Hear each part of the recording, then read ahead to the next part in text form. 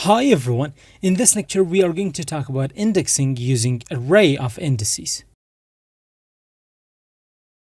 Indexing involves accessing specific elements within an array, and NumPy gives you a wide variety of ways in which these elements can be accessed.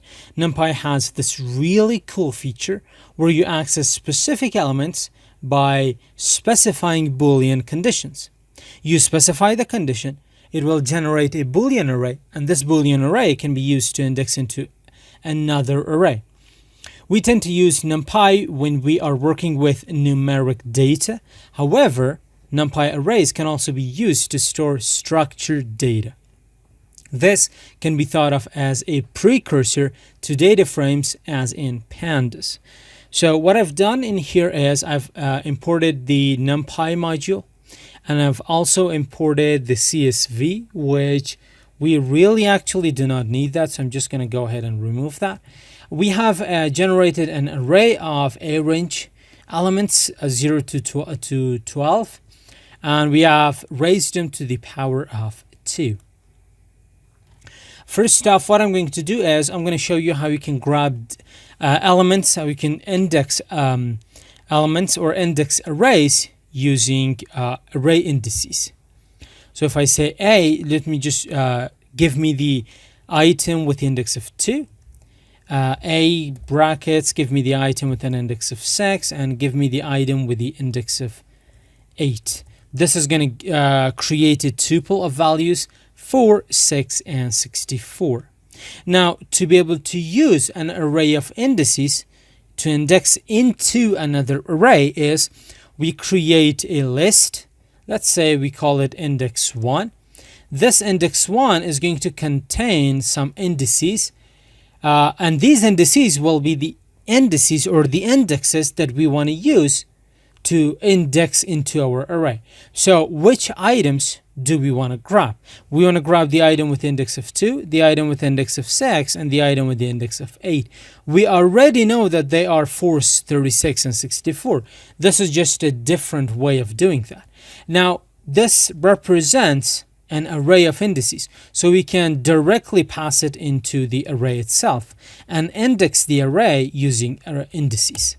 And if you run it, what is the resultant? The resultant is a one-dimensional array, 4, 6, and 64. Sorry, 4, 36, and 64. Now, we can create a 2D array as well, and they are going to be indices. The values within the 2D array are going to be indices that we will use to index into our A array. So I'm going to say index underscore 2, np.array, numpy.array.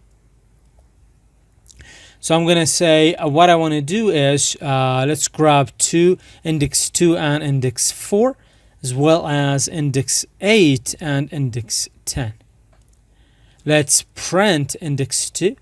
This is a two-dimensional array. However, the A array is a one-dimensional array, but we can index into that array using this index 2 as well. So if I were to pass that index 2, let's just run it, and there we go. So it has selected the item at the index of 2, and that is 4. At the index of 4, that is 16. Index of 8, that is 64, and index of 10, which is 100. Now, I'm just going to go ahead and I'm going to copy paste another array just to avoid typing all of these. This is going to be a two-dimensional array of objects. We have different objects. If you take a look at that, it is a two-dimensional array. We can iterate over we can index two-dimensional arrays as well using this array of indices method. I feel like I need to clarify this a little bit more. The way that we used to index our arrays was just to say like A, then provide the index for that specific element that we wanted to extract from the array. But array of indices allows us to pass in a list, possibly a two-dimensional array, as well as an index to the array, to the original array, and that is going to extract for us some elements and put it inside another array. All right, so this is like the bare bone clarification of it. Now I'm going to create two, I'm going to initialize two separate arrays, and these are going to be 2D arrays with 2 rows and 2 columns. So np.array 0 and 0. I'm going to explain what these mean. 2 and 2. Let's just copy this entire thing and put it down here. All right, let's change it to column. This time it's going to be 0 and 3, and 0 and 3 for the other one as well. So 0 and 3. Now, what do we have here? Here we have two different two-dimensional 2x2 arrays or matrices. Now, can we, using these two arrays, index into our objects array? I mean, of course we can.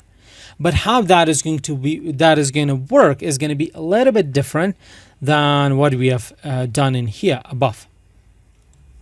So let's grab the objects array and let's pass in row for the row as the row. When you have two-dimensional arrays and you want to index them, how do you index that? Let's say you want to grab the row number 2, and in the row number 2 you want to grab the column number 3, and that is going to give us the lighter. There we go.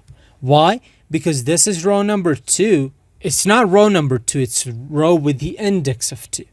It's row number 3. So this is row with index of 2, and this is column with the index of 3.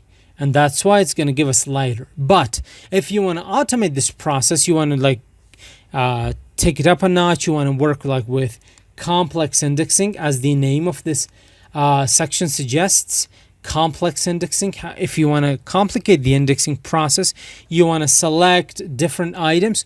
I'm going to give you another example. That example is going to clarify why we would want to use something like this. Right? Just like hang on for like 2 minutes, for like a minute. Now I'm going to select the objects. First, we're going to talk about how this works and then why you should use it, right? So for row and column for column. Let's run that. So what does that mean? First off, this is our first item that I've highlighted in the cell 10. This is our second item. This is the third item, and that is the fourth item. So the first item says that this 0 is going to be the row index, and this 0, the second value, is going to be the column index. The same thing applies on all of them. So what is the row with the index of 0 and the column with index of 0? What is that value? That is diary. That's why we have selected diary. Then let's move on to the second item. What is the row with the index of 0 but the column with the index of 3? So row 0 is still this row, but column is, this is 0, 1, 2, and 3. So we should have selected packet. There we go. Let's move on to here. Row with index of 2, column with index of 2. What is that? It is row with index of 2 and column with the index of 2, 0, 1, and 2. And that is, it is 2 and 2. So it's 0, 1, 2. 0, 1, 2. It should have selected, this one is going to be camera, so it's 2 and 2. This is, so this is diary, this is packet, and then camera. This is actually, if I pass this row 2, column 0, let's run this again. Okay. This one is packet as well. Let me just put it to 2. Which item this is this? It is the pencil. Why is it selecting something else? So what do we have here? Here we have diary, glasses, camera. This is 0 and 0. 0 and 3 is going to be lighter, which is, let me run this one again, which is this one, right? Or this one. And then we have said 0 and 3. Why this has been repeated 2 times? So what I want to grab is this item, this one, as well as this one. So for this one, we have selected diary. For this is going to belong to the packet, row 0, column 3. And this one is going to be row 2 in column 3. Let's run that. There we go. It has selected the pencil. But I want to grab the camera. So, I think I know what is going on here.